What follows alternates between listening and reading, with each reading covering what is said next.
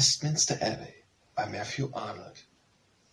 What, for time so scant, our shining visitant, cheered us, and now is paced into the night, clothes for no better keep, O Abbey old, the bone by dedication signed foretold, the presence of that gracious inmate, light, a child of light appeared, high where he came, late born, and long desired, and to man's heart with ensign place and reed, what is the happy glow so soon expired?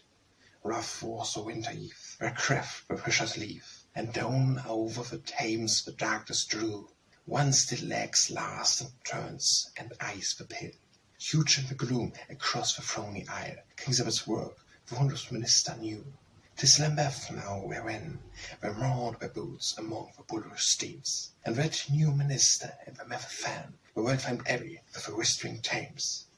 His mates are gone, and he for mist can scarcely see a strange wayfarer coming to his side, who bade him loose his boat and fix his oar, and row him straightway to the further shore, and wait while he did wear a space applied. The fisher obeys, but voice had notes so clear of sweet command, through post high depulse and drizzling haze, and sets his freight ashore on Tawny strand.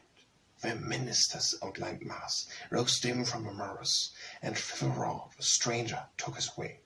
Lo, on a sudden all the palace bright, nave, core, and concert glorified with light, while tongues of fire on coin and carving play, and heavily odors fair, came streaming with the floods of glory in, and carol flowed along the happy air, as if a reading of joy did now begin.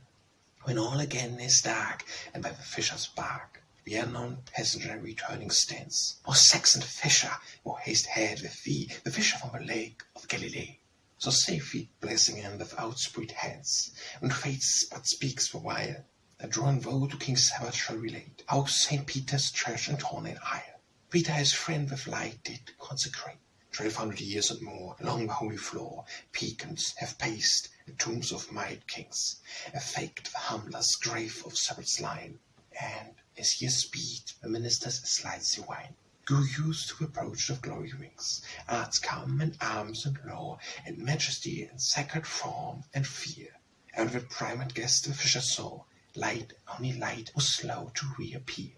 The Saviour's heavy light, rain at first was dyed, the spoon of life and immortality, and as an ice of subtles was spent, or drowed in mists of childhood wonderment. For fancies here were false philosophy, and harsh whatever grew of man with mind was darkened and astray, and scarce the bone of life could struggle through, for want of light which should the boon convey. Yet in this later time the promise of a prime seemed to come true at last. O behold, it seemed the child of light did bring the dower, for shone we in my consecrated hour.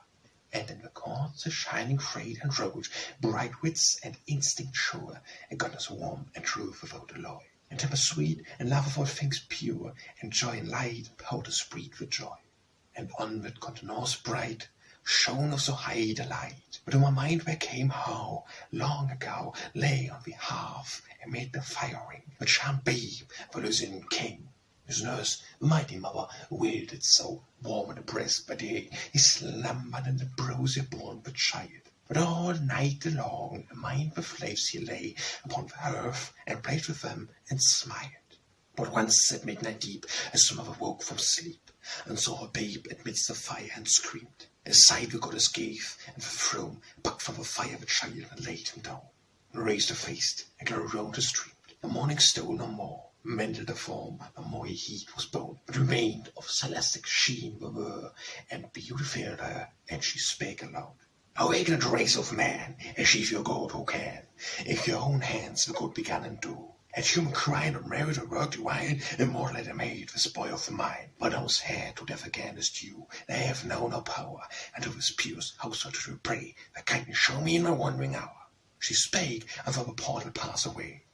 The boy his nurse forgot, and bore a mortal lot, long since his name's heard on earth no more. In some Chantal's battles, on Sheraton's side, my nursling of the mighty mother died. And when here all his farms went before, and we too, in thy dark, of childhood Arthur, did some check have power, or radiant fought, O word, or couldst but stay, bright of heavenly light, a human hour. Wherefore, happy guest, you care knew unrest, and weakness warned him, and he feared decline. And in the grave he laid a cherished wife, and man ignoble harassed him with strife. And Elias with strength did undermine, when from his Abbey fades, the all beloved of his victorious breath, and lights fair nursing stop by first and waits, and execrating impotence of death.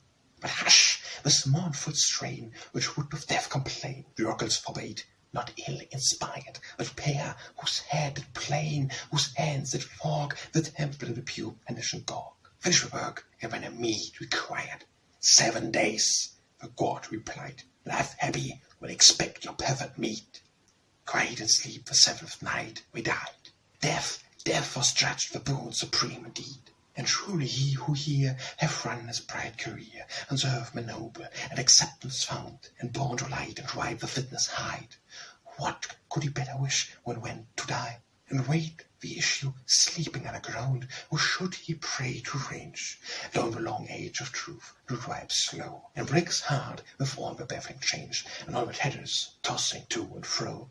Whiz and wet way swings the flux of mortal things, the moving into to only farced goal. What had or hour for gain to stop and see? After light's term, a term of society, a church once large and when grow straight in soul, to live and see arise, eternity with wisdom to shorn we gain, fully revived, refurbished sophistries, and modulation-wise external wane. Ay me, 'tis death that ear, which died my voice to hear. Yet would I not disturb thee from thy tomb, the sleeping in fine Abbey's friendly shape, and rough waves of life for ever late. I would have break the rest, not change the doom, even as my father wore, even as the laughed, what well recorded friend, haste thy commission done, ye both may know, wait for the leaving to work, the let to end. And thou, O Abbey grey, pretty standing to the grey, I was dear guest were the prince in sheet, fear not but, when the light once more shall burn, once more find immemorial gleam return, for sung be now with bright, with gracious head, let but the light appear, and white transfigured walls be touched with flame. Ours will again be present here, again from lip to lip will pass his name.